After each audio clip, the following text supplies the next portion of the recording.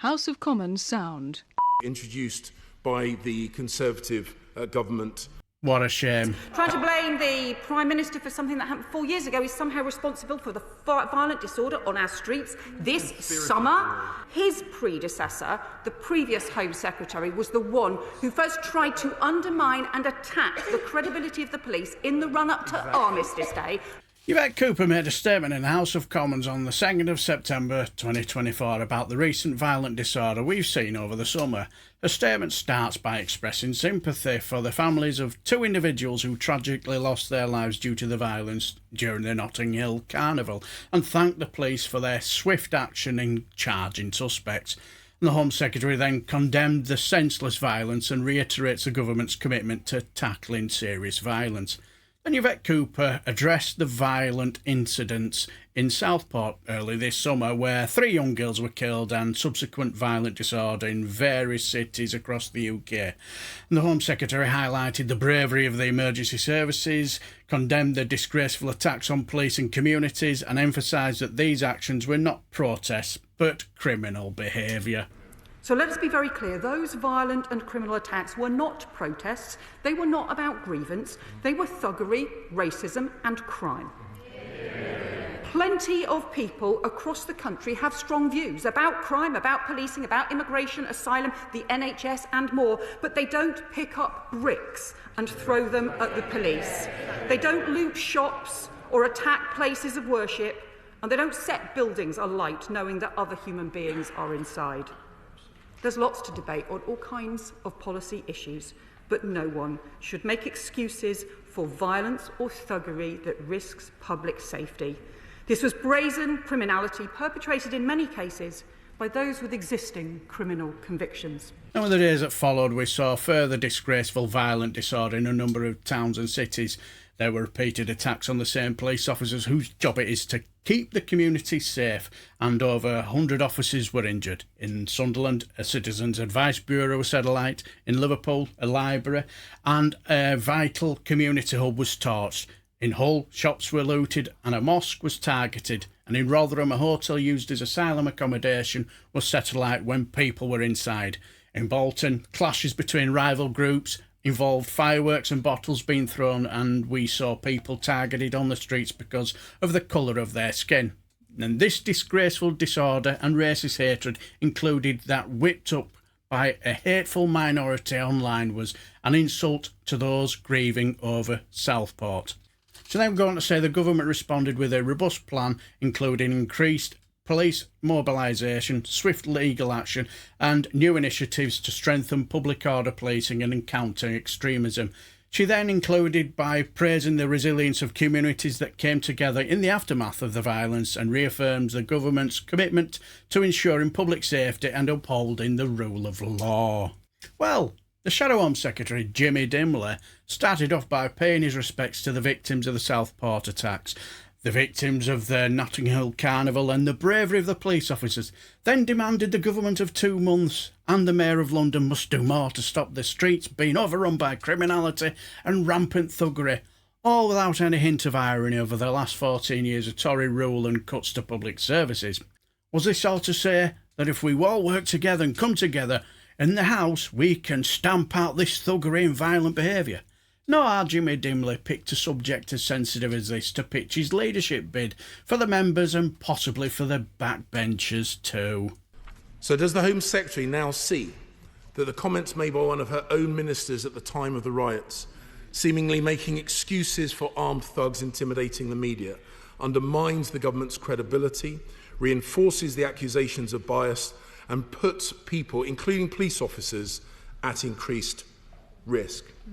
And does she now also recognise that the Labour leadership kneeling in the immediate aftermath of the Black Lives Matter disorder, when violent protesters attacked police officers, looks like her party takes some forms of violence less seriously than other forms of violence?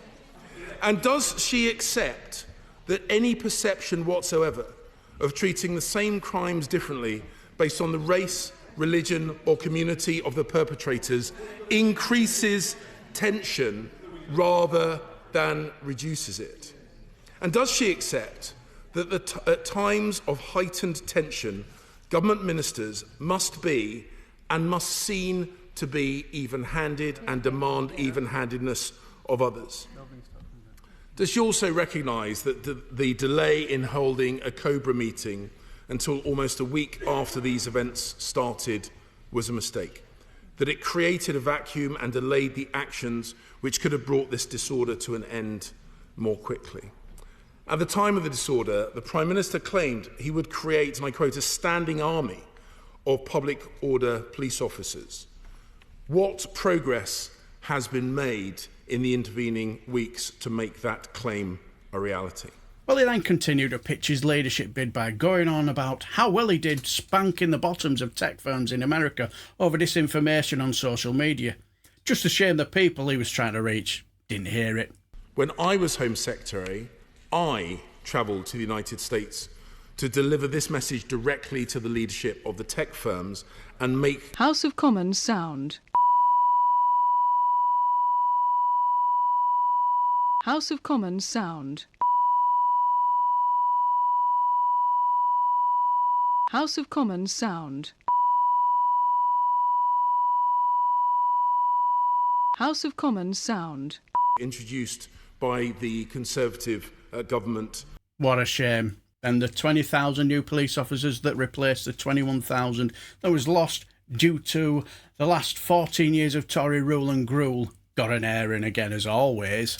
But say what you like about Yvette Cooper, like her or not, she's a canny operator at the dispatch box, no mistake about that, and she can be, I suppose, very brutal in her criticisms. Look, I welcome, obviously, the Shadow Home Secretary's words of support for the Southport families and his reassertion that there can be no excuse for violent disorder. But I have to say, the rest of his response sounded an awful lot more like a pitch to Tory party members in the middle of a leadership election than it did a serious response to the scale of the disorder that we saw and the need for a serious policing response. So he asked the issue around the strategic reserve. He asked about the standing army. We set up the strategic reserve. It was in place for the second weekend, and we had thousands of police officers who were ready, not the old arrangements that he used to, that we inherited from him, where mutual aid was had to be on call and had to be stood up in a rush when it was called for, but we actually got the police public order officers ready and deployed at strategic locations around the country so that they could move fast in order to be able to be there when they were needed. And this really goes to the heart of the problems that we inherited from the Home Secretary, the Shadow Home Secretary, and from my predecessor. The central coordination that he had left in place was far too weak. The officers, the chief officers who were involved in trying to get mutual aid in place, trying to coordinate intelligence, had very weak infrastructure, very weak systems in place. They hadn't been supported over very, very many years. In fact, some of his predecessors had tried to get rid of a lot of the work of the National Policing Coordination Centre. So our approach instead is to say that we should strengthen it. We believe that we should strengthen that coordination and we should strengthen the central coordination. We will work with the police to do so, and that is why I have asked the Inspectorate to operate. Secondly, he refers the issues around, seriously, I mean, on social media, the action against social media. His party delayed the Online Safety Act for years, year after year. My colleague, the Secretary of State for Science and Technology, has already been working closely to put more pressure onto the social media companies, but his party did nothing for years. It is far too late for them to try and call for action. The policing use of force review is important and will continue. But I have to say to him finally, this issue about he is playing all these games, undermining the credibility of the police, trying to blame the Prime Minister for something that happened 4 years ago. He's somehow responsible for the violent disorder on our streets this summer, and also undermining the credibility of police officers who take an oath. Each individual officer takes an oath to operate without fear or favour. And I would just remind him, His predecessor, the previous Home Secretary, was the one who first tried to undermine and attack the credibility of the police in the run-up to Armistice Day, and that is why we then ended up with a bunch of thugs trying to get to the cenotaph to disrupt the service and launching violent attacks on the police. That's the only reason he got the job of Home Secretary in the first place, because everyone condemned his predecessor for her behaviour.